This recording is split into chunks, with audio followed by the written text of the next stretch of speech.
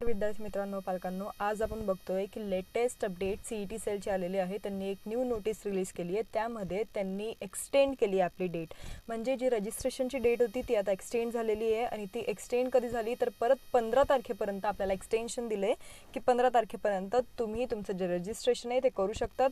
त्यानंतर payment of registration fee पण आपल्याला परत 15 तारखेपर्यंत एक्सटेंड करून दिलेली आहे। ही आधी 13 तारीख होती, आधी रजिस्ट्रेशन 12 तारखेपर्यंत होतं, आता तेच परत उद्यापर्यंत म्हणजे 15 तारखेपर्यंत एक्सटेंड केलंय। जर कोणाचं राहून गेलं असेल, चुकून राहिलं असेल तरी त्यांनी आता परत रजिस्ट्रेशन करून घ्यावं।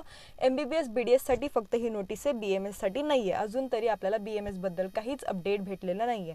आणि त्यानंतर आपण इथे बघतोय की आपलं व्हेरिफिकेशन पण परत एक्सटेंड होईल, म्हणजे सर्वच गोष्टी आता एक्सटेंड झाल्या। व्हेरिफिकेशन आपलं 17 तारखेला आहे। रजिस्टर्ड कॅन्डिडेट्सची जी लिस्ट आहे पब्लिकेशन त्याचं 18 तारखेला होईल। SML आपलं प्रोव्हिजनल 18 तारखेला।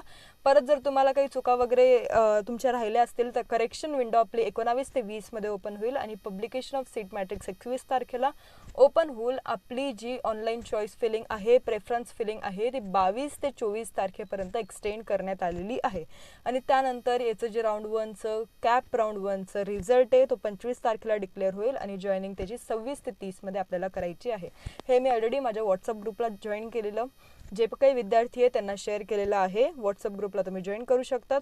आणि हे सर्वांपर्यंत आतापर्यंत ही जी नोटीस आहे ही भेटलेली आहे। ही आजची लेटेस्ट अपडेट होती 14 तारखेची। तुम्ही इथं बघू शकतात की ही जी नोटीस आहे ही 14 तारखेला 14/8/2026 आजच जी आहे ती अपलोड झालेली आहे सीईटी सेलला। तर तुम्हाला जर अजून पण पेड काउन्सिलिंग आमची पाहिजे असेल तर तुम्ही नंबरला कॉन्टॅक्ट करू शकतात। इट्स 8275518480 या नंबरला कॉन्टॅक्ट करून तुम्ही आता पण आपली जी पेड काउन्सिलिंग आहे ती घेऊ शकतात। आता पण तुमचं रजिस्ट्रेशन आहे ते 15 तारखेपर्यंत एक्सटेंड करण्यात आल्यामुळे होऊ शकतं उद्यापर्यंत आपल्याकडे वेळ आहे, जर तुमचे डॉक्युमेंट्स अप टू डेट असतील तर। आणि BMS वाल्यांचं जर तुमची इच्छा असेल रजिस्ट्रेशन करायची, MBBS मध्ये पार्टिसिपेट करायची तरच तुम्ही करा। पण मी परत एकदा सांगते की ही नोटीस फक्त MBBS BDS साठी आहे, ही BMS साठी नाहीये।